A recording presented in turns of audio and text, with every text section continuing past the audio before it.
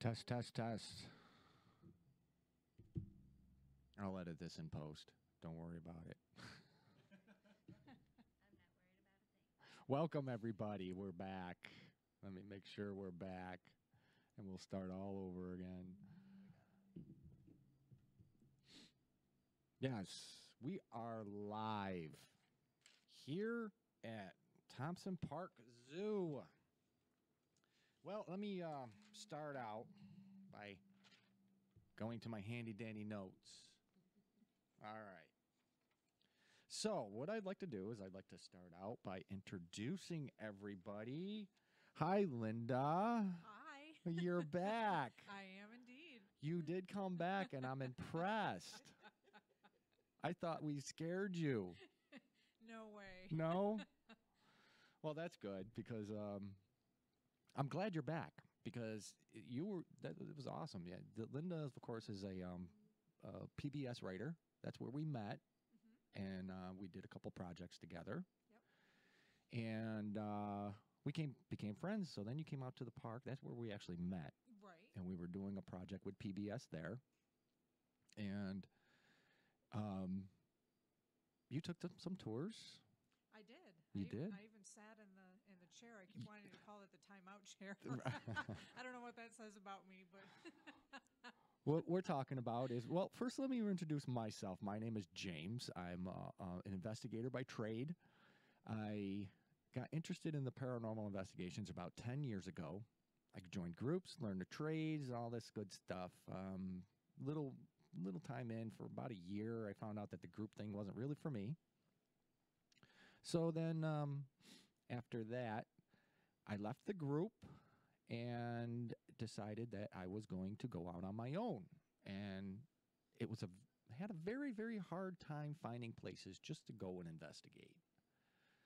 So I set out on a goal to investigate places that are open to the public.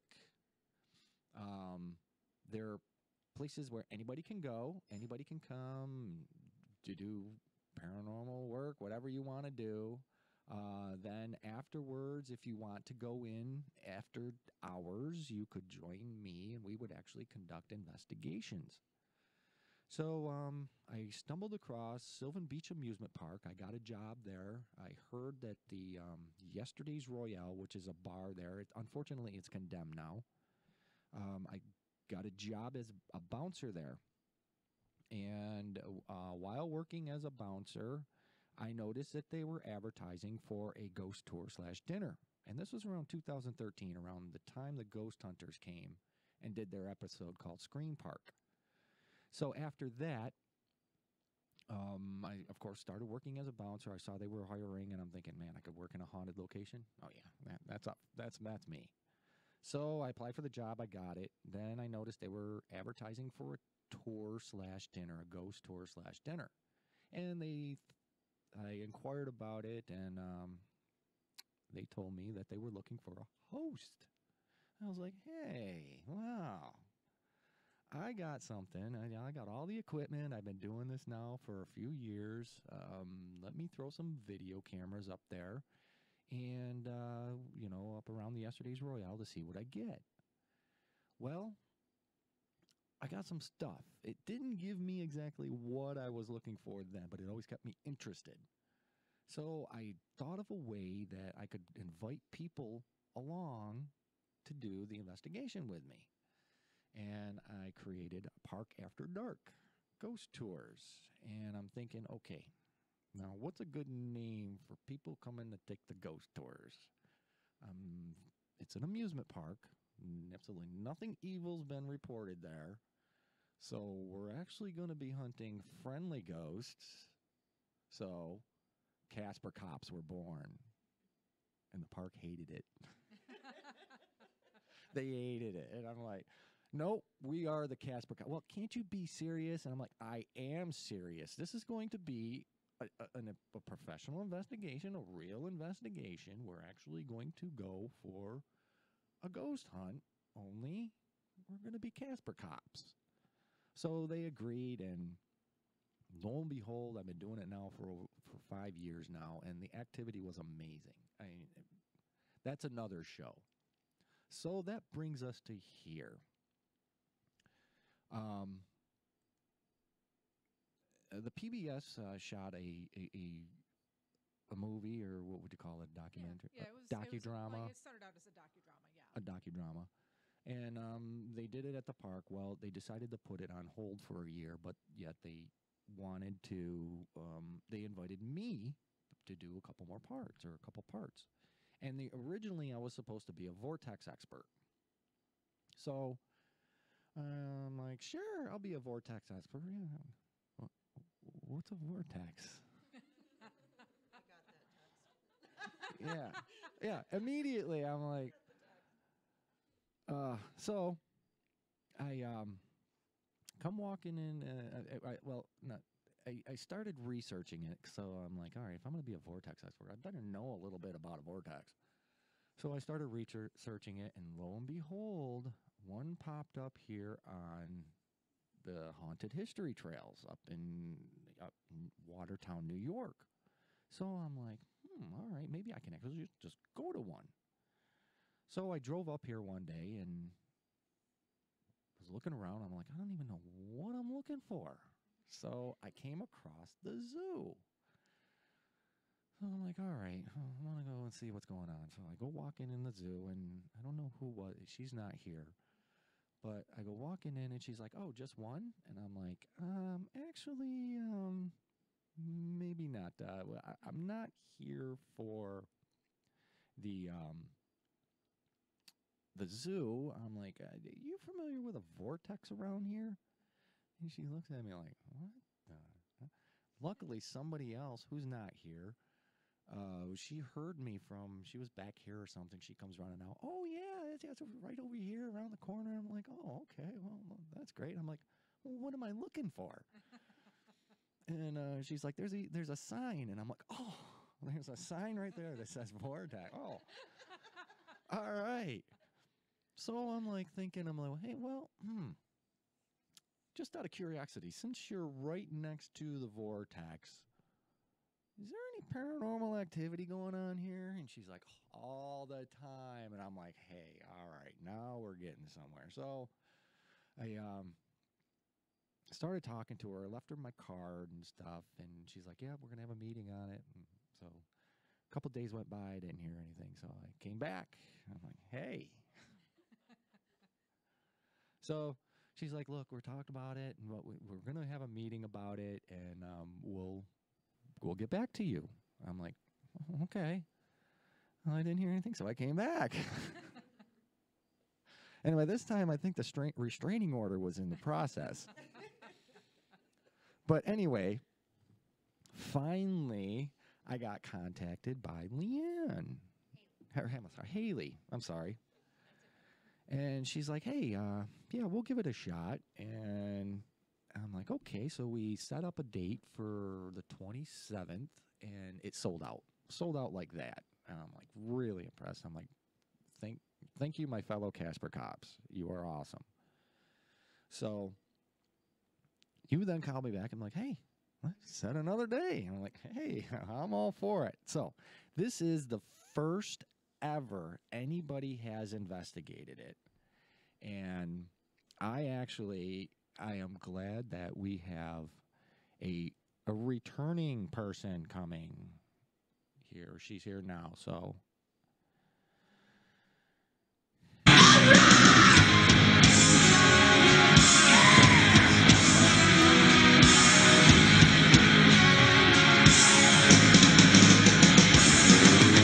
We're off to which we may never home.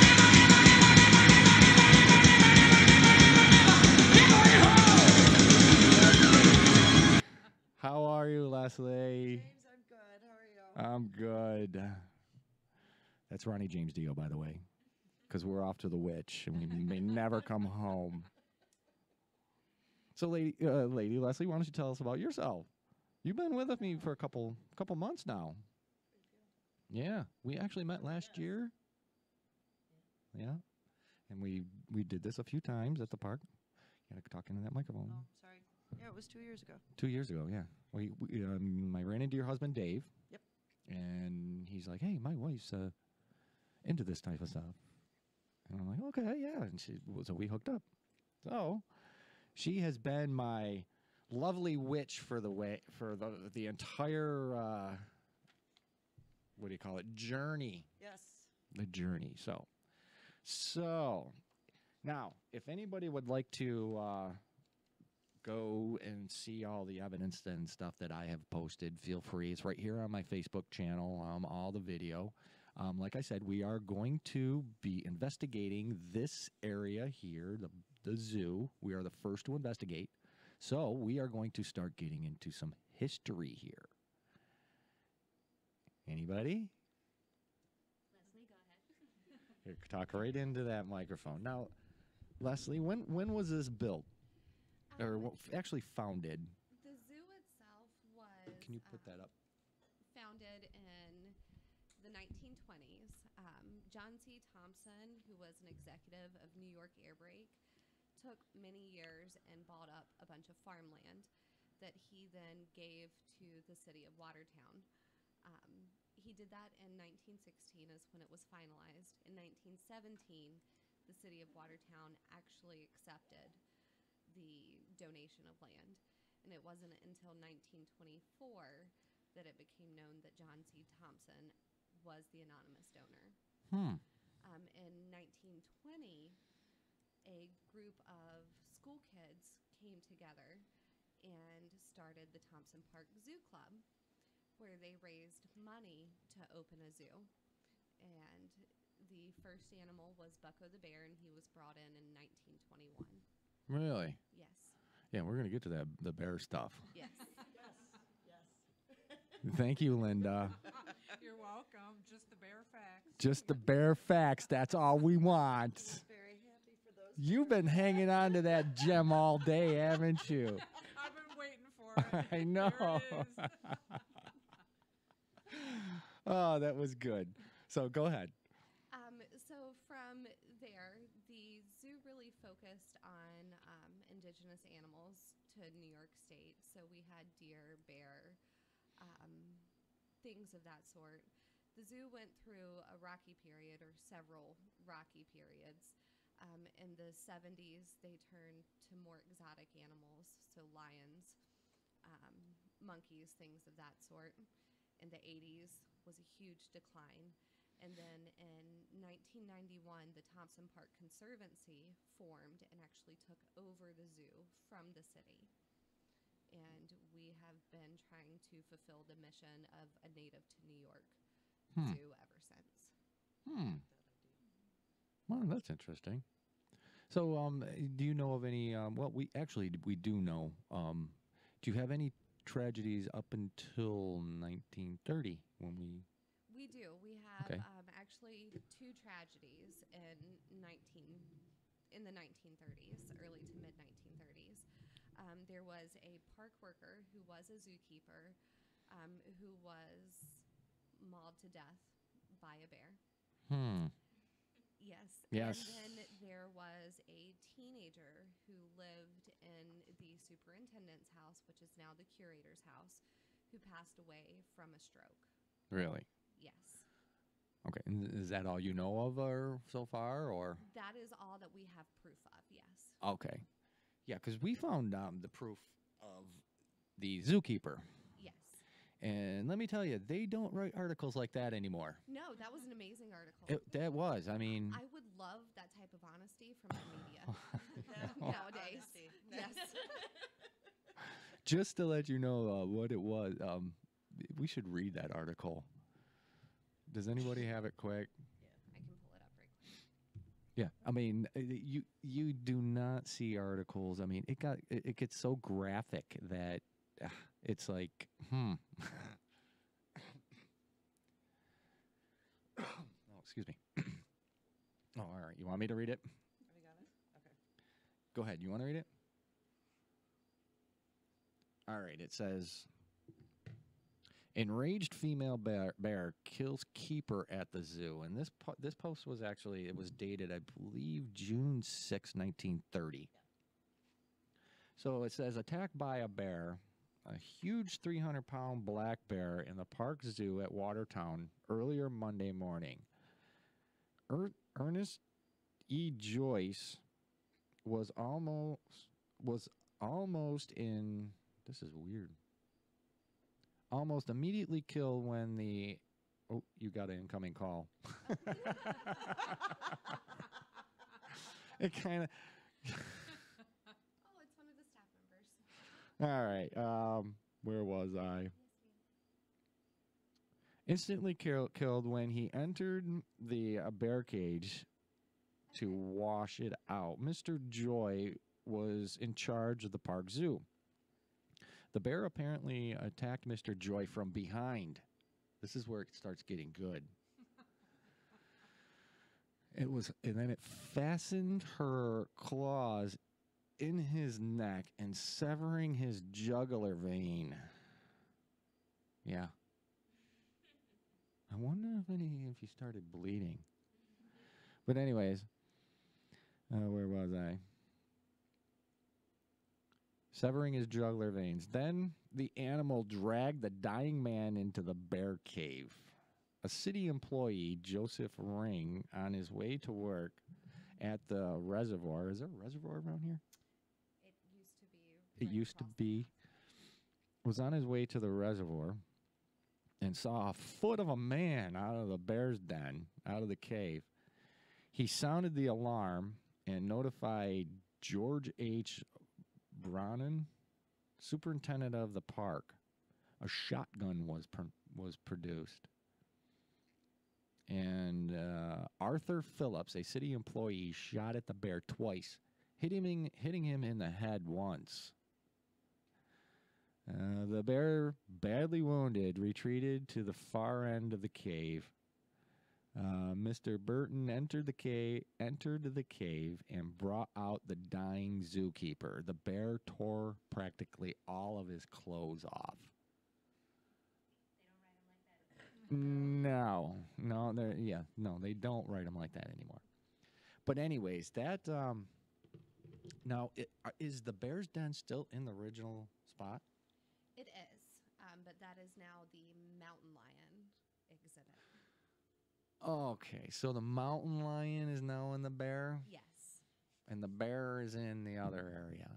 exactly. Okay. So that bear exhibit was built in the late 1990s, early 2000s. Okay, interesting. So now let's get to the lions. We were actually sitting here. We're in the lion cages, the old lion cages. Yes, so our Discovery and Cafe building used to be the main zoo building where animals were kept. So lions were in this part of the building, monkeys, alligators, flamingos, various animals were all kept in this 2,000 square foot space. Wow. Now, was there anything that went wrong with the lions? Not that I'm aware of, but you might have more information than I. Was there somebody died of an infection? Didn't you tell me that? Somebody did? There was a son of the superintendent died in the mid-30s from a stroke. And then there is an infant of the same superintendent that we've just heard. Various animals were all kept in in this 2,000 square foot space. Wow. Now, was there anything that went? But the next census, which was 4 years later, he was not on the census records. And there's no explanation. Okay. So any other tragedies or anything like that? Tragedies, nothing that we know of, but that doesn't mean it didn't happen. Okay. So now we are next to the vortex here.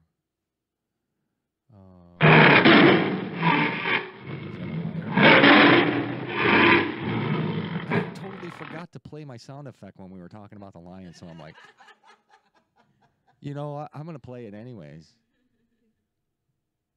It's my show. And I was also going to do this one too, but it's coming up.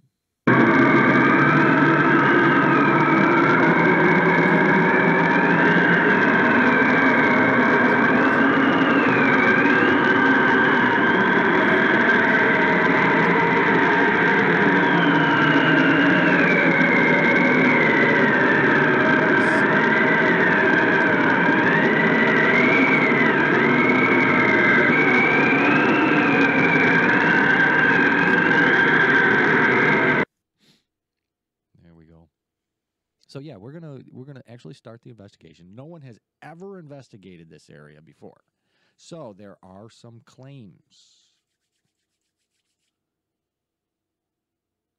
Don't both talk at once now. I'll So- jump right into it. So yeah, so some of the claims. You actually have a list of claims that stuff goes on I here, do. correct?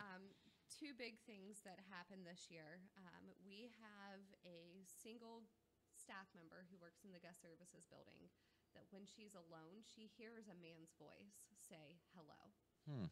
And we can actually watch her on the security cameras come out and ask, "Who's here? No one's supposed to be here. You need to leave."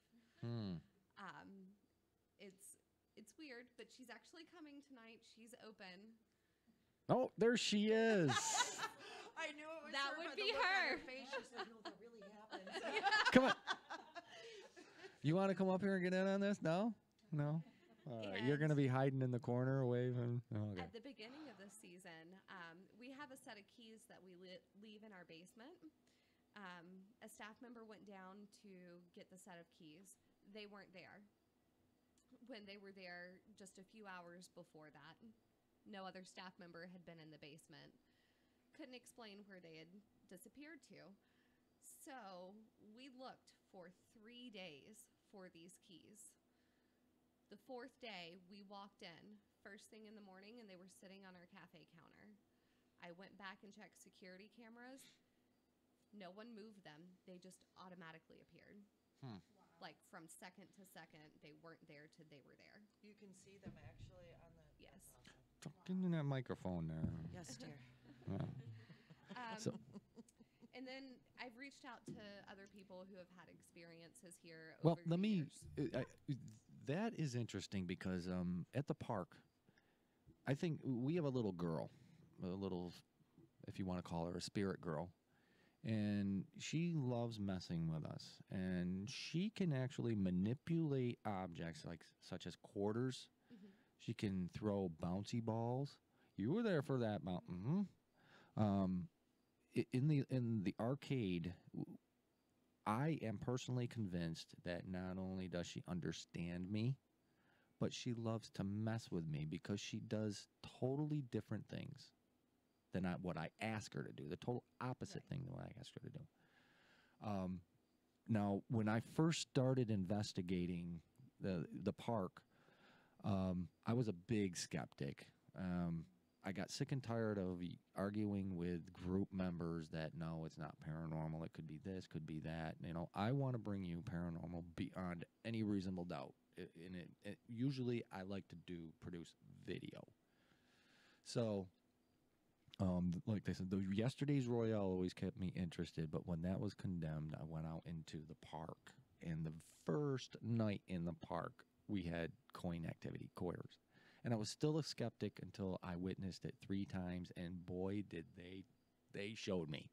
They convinced me 100% that night. So I am truly convinced, like keys, I don't know if they disappear. I don't know, as soon as they touch them, they become invisible. Because one night in the arcade, it was Michelle and the rookie. You know, we met a while ago, and they're some my favorite Casper cops.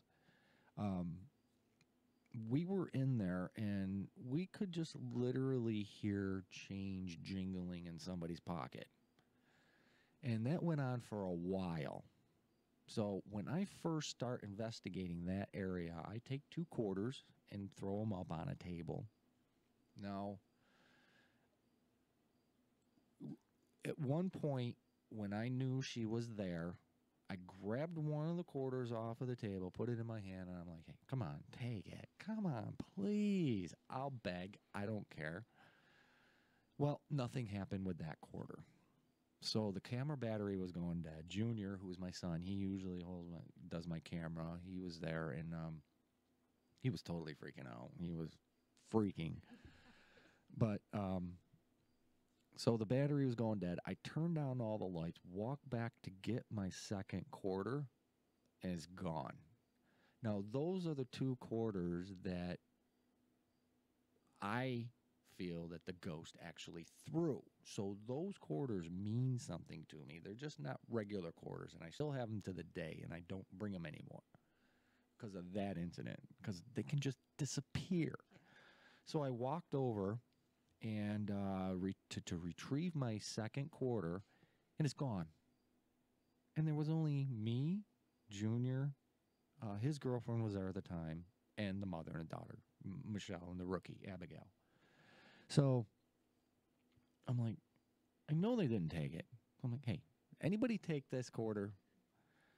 No, everyone else. All right. So now I'm thinking, So I go out the back of the arcade. Now the lights are all on.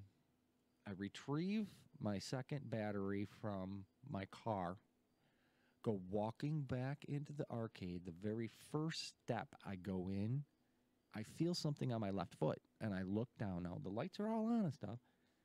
There's my quarter, my second quarter, rolling off of my left foot. And I'm like, everybody heard it. They're like, did you drop a quarter? I'm like, nope, I didn't, but I found my other quarter because I marked them both with X. And I had one quarter, and this one had the other quarter. So I'm like, she wouldn't take it, the quarter I was offering, out of my hand. She took the other one. And what's the opposite of your hand? Your feet. And she put it on my foot. And I'm like, what? Nobody saw a quarter floating around. Nobody saw anything like that. So now I'm starting to think, okay, well, how is this possible? So then just recently, this past year, towards the end of the year, we were in the park, and I'm sorry, I'm talking about my stuff, but all right, we'll after this story, because this one's a cool one. So I put the 2 quarters down, and we actually had coin activity. Now, there was a birthday girl there, and what I do is I mark a bunch of quarters, and we roll them, try to entice activity. So I'm like, all right, where's the birthday girl? So she comes up, and I'm like, you're going to roll a quarter. So as soon as she rolls the quarter, a quarter hits from totally behind us, and nobody threw it. So I'm like, oh, crap. So I go walking over there. Sure enough, I found the quarter, and I picked it up. It wasn't marked. So I'm like, all right, we got some activity, and we tried getting some more, and nothing. So I'm like, okay, well, let's move on. So I go turn on the lights, walked over to retrieve my 2 quarters. Now there's 3. And I'm like, all right, if they're all X's, this is going to be crazy. So I, one at a time, 1, 2, they're all X's. I'm like, every one of those were mine from that night. Plus, we went up into the actors area and the same night, and we were conducting EVP sessions. If you're not familiar with it, electronic voice phenomenon, there is a theory that recorders can pick up more than what the human ear can hear. And so we were up in that area, and we had quarters in 2 different rooms. And we didn't find one in the Ouija board room. I have a Ouija board. That's a whole nother story, but it didn't work, by the way. Did you want me to? I'm open to anything. Oh, all right. All right. Well, just so happens I might have. No, I don't have it. But that'll be another show. But anyways, we couldn't find the one in the Ouija board room, but down the hallway, I was walking around, and lo and behold, there's a quarter, picked it up, had my X on it. And we don't throw quarters up in that area because we really never had quarters activity up in that area. So it's like they can understand. They can totally understand. I'm convinced that they can understand. And I'm totally convinced that they like messing with whatever. So in my opinion, if somebody gets an evil or like an EVP or something, and they'll be like, is there anybody here? And then all of a sudden you hear, I think whoever it is in the other dimension is sitting there laughing his butt off, going, "Look at what I just did to these the humans, whatever." I think they have a sense of humor because they do like to joke around or do things, but anyways, let's get back onto the activity here. Sorry, I just got onto a tangent. So we have male voice. Yes, we have a male voice. Okay. Several unexplained accounts. So one of our past directors, his name was Glenn, very well known in the community. He said that it was one foggy, dreary night, and he heard death-defying screams. And it sounded like they were coming from the elk yard. It sounded like the male elk were goring a man. Really? Really? So he ran out, didn't hear anything, went back into his house. He heard it again, and so did his wife. They actually called the police up and did a 2-hour investigation. Could not find any evidence. Wow. And he said it sounded like there was a man dying. He really thought a man was dying, and he would not let the cops leave until they searched every inch of the zoo. Was this recently? This was, I think Glenn left us in 2002, so he started in 1996. Okay, so this is kind of an older. Yes. I do have a more recent one. Okay. And this story was told to me by a lady named Gwen, who I'm relatively close with. She used to be my children's babysitter. I found her, and after a few months, she asked me, she said, "Well, where do you work?" And I told her that I was working at the zoo, and she went, "You're not living in that house, are you?" And I said, "No, why?" She went, "I used to babysit for the past director, and I was doing an overnight babysit, and about 2 o'clock in the morning, I hear a violin, and this child says, 'Will you play with me?'" She said there were no TVs on in the house. In that house? In that house, there was no radio, nothing. She said she packed up all the kids and went back to her house, and she has never stepped foot on zoo grounds again. Really? Really. That's paranormal in the workplace. Oh, that's what we were supposed to be talking about, by the way. So. Paranormal in the workplace. I wonder if the screams had anything to do with the bear attack. That's what I Like was wondering. echoing back Yeah. from that. Oh, like a residual type of Yeah, thing? Exactly. How far or where is the elk area in relation to where the bear cave used to be? Maybe 150 yards. Yeah, Max. it's Pretty close. yeah. Like they're right. So the elk viewing area and the mountain lion viewing area are opposite each other by about 20 foot. Okay, now we're like, you have any more? The same previous director, Glenn, said that his toddler child used to wave at things all across the zoo. And when asked, she would say, "It's the friend of mine. He's a man. He's nice. I'll go play with him." That is awesome. So Glenn was full of stories for us. Wow. But he assured me that all of the accounts have been odd, but none of them have been scary. Okay. Just weird things. Huh. He said he and his wife took a 2-week vacation, came back, and he said when he walked into the house, it felt like someone was throwing him a party. It felt different than it had ever felt before. And he felt really great to be there. He said it felt weird for that house. He said it was completely odd feeling. It didn't feel right. And then all throughout the night, he couldn't sleep because he kept hearing people say, "It's glad to have you back," and things of that sort. Well, it's nice to know that he was appreciated Yes. while he was there. I would, that's a far cry from being told, "Get out." Right. Exactly. Right. No. That's All right. Anything else?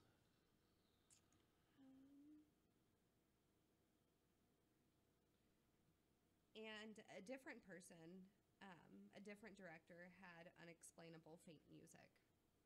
in the house. Hmm. Could not identify the instrument, but claims that it was there. Hmm. So we're hearing a lot about a man, a lot about a child, and a lot about music. Hmm. So on your way, I think you had something going on. Something about a light flickering on and off. Get it? On my way here, actually, we were walking around looking for you guys, and I noticed the lights in our education building, they were on and then they turned off. So I figured you guys were over there, but then I got a text from Leslie saying you were here. Yeah. No, we and- weren't even up oh. over there. And 2 buildings over, yeah. Oh. So nowhere near. And we're going to be going in there tonight? Yes, we are. Of course we are. Yeah. I'm just telling you, we were going in there tonight. I'm Yes. sorry, it sounded like a question, but no. Yes. And I did double check last time we went in there. The lights are off right now. They're off? Yes. Well, that's the way we like it. We like them off. Yes. So, well, what do you two think? I mean, you got some like sensitive something going on there, some empathy stuff, right? A little bit. A little bit, Yeah. a little bit. I Yeah, mean, a little bit, a little empath, a little anything sensitive here, there. but Yeah. we haven't really gotten to any place that's had activity yet. So I don't know. It sounds like the kid in the house could be the child. Let me ask you, when we had the bouncy ball in the arcade, Yeah. did you feel anything? Not in the arcade, but that was the same night that there was the activity in the actors area Yeah. where my legs were cold from the knee down. Right. And Okay. I don't mean just cold. I mean as if they were in ice water cold. Hmm. And as many times as we had been out there filming, I never felt anything like that. I think I would have been grateful on some of those nights because Oh, it was steaming. hot. I would have been like, oh. But yeah, that was one of the cooler nights. And initially, I thought maybe it was just a breeze coming up from the door downstairs. But then you assured me it was closed, and it wasn't a breezy Yeah. night. It wasn't particularly cold. It No. wasn't as hot as it had been. Right. But yeah, I mean, it felt like there was an air conditioner on my legs. Hmm. And I also felt off center, off kilter. Like I couldn't, it was just in that one spot, almost like the floor wasn't level, but it was.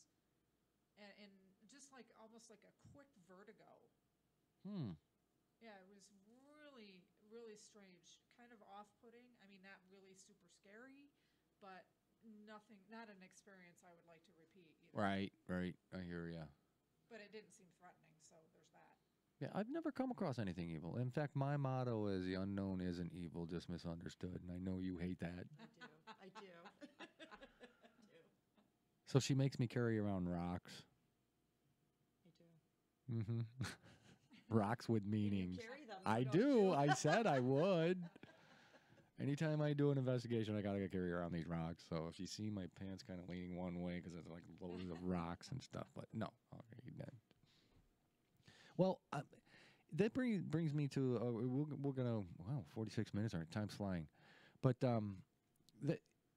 even with the equipment stuff, I mean, you didn't feel anything when we had the ball activity, the bouncy ball. Right. We've had activity in that place. I have return customers or participants, return Casper cops, and one particular one, she brings her daughter, and her daughter has everything, all kinds of like ghost box, spirit boxes, laser beams, EMF detectors. I mean, you name it. And she's like, "Can I use them?" And I'm like, "Sure, use them all." Well, she had that place strewn. I mean, it looked like a disco, but nothing was spinning, just laser beams. And I guess what it's supposed to do is if a shadow goes through those laser beams, you'll see the break in the laser beams. Well, we had coin activity that night. Nothing went off. Nothing. But yet, lately, we've had some people that brought activity, and it goes off. So I'm not really a big fan of the equipment stuff. My equipment is I'm an investigator. My tools are audio recorder and video recorders.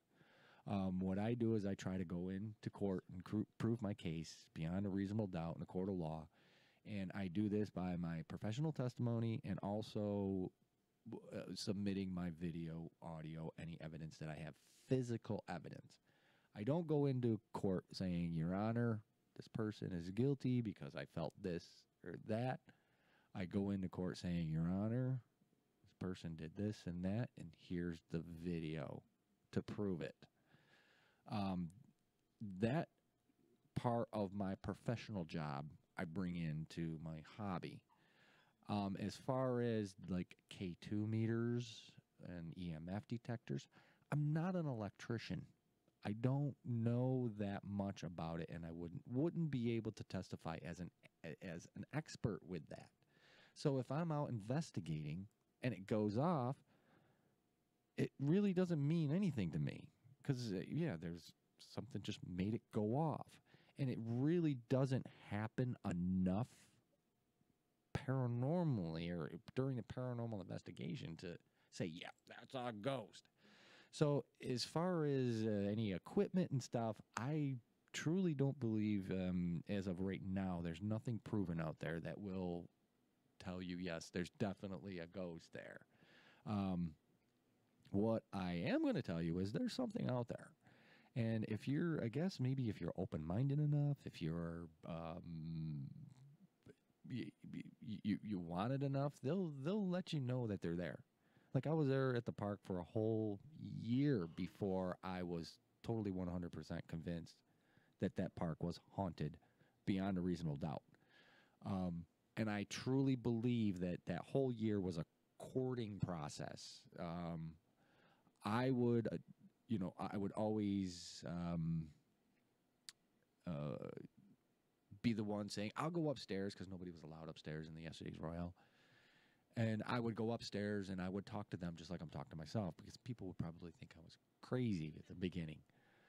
But I would always be like, I know you're here. Come on, I'm a friend. I'm going to show you, blah, blah, blah. And I would go open up Jack's door and go back down, whatever. And there's some stories about Jack too.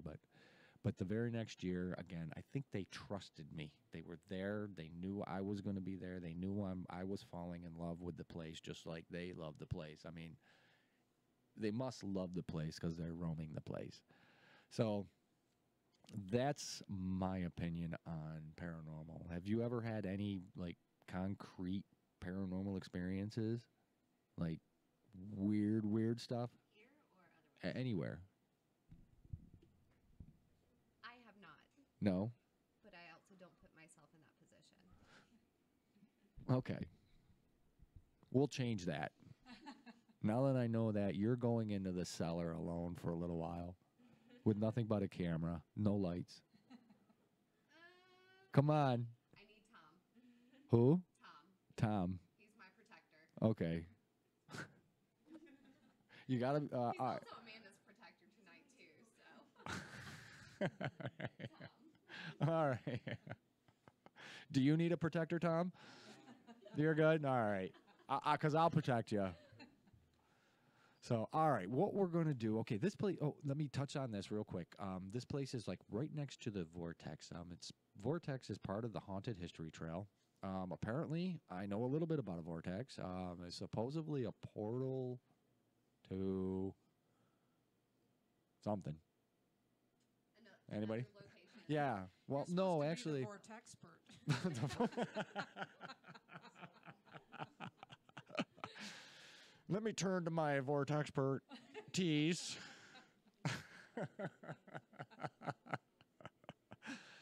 Okay, no, it's actually a portal into either a different dimension because there are reports that apparently people walking through, they lose track of time and they totally show up into a totally different area of the park.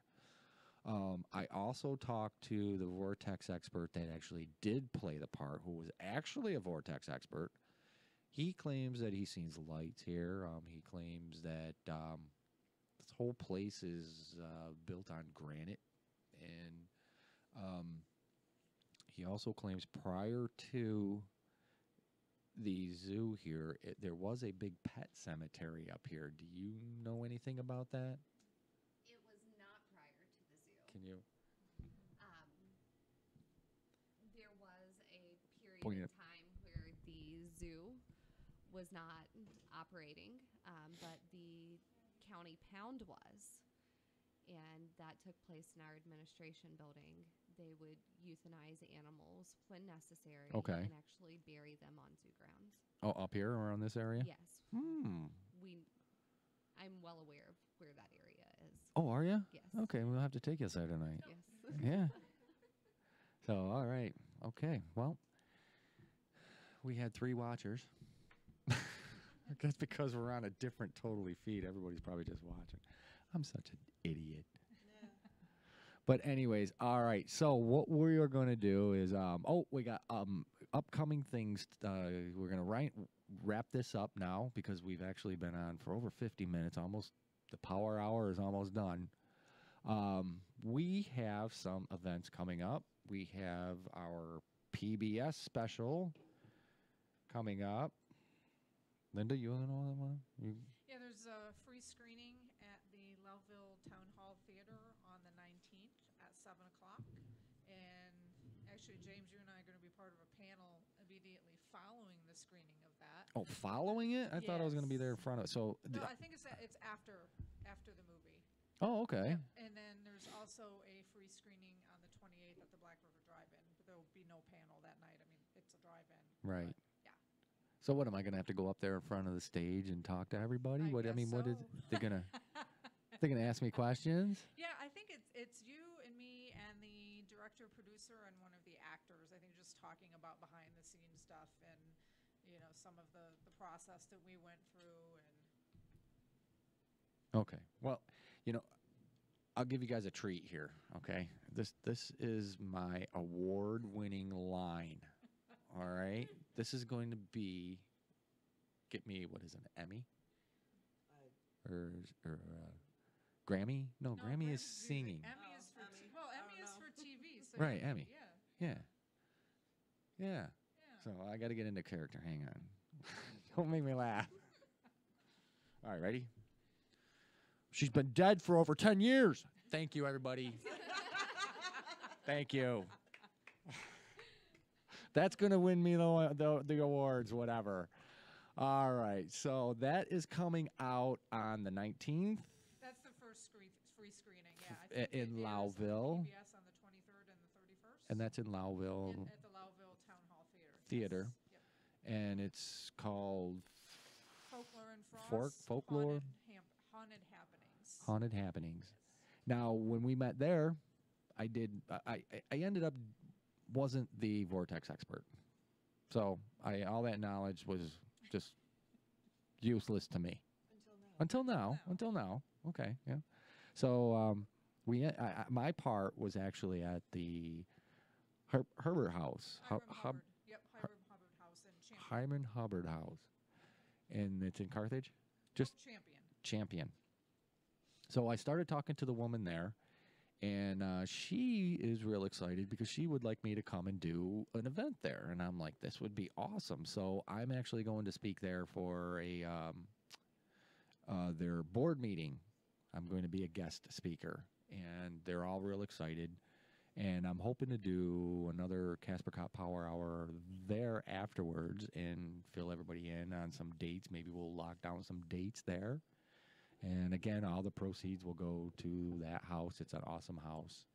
They're wonderful people opening it, just like you guys. It's awesome. Thank you so much for allowing us. I mean, who would have thought that the Casper Cops would be here? Thanks for coming back 3 or 4 times. Well, could you tell I was interested?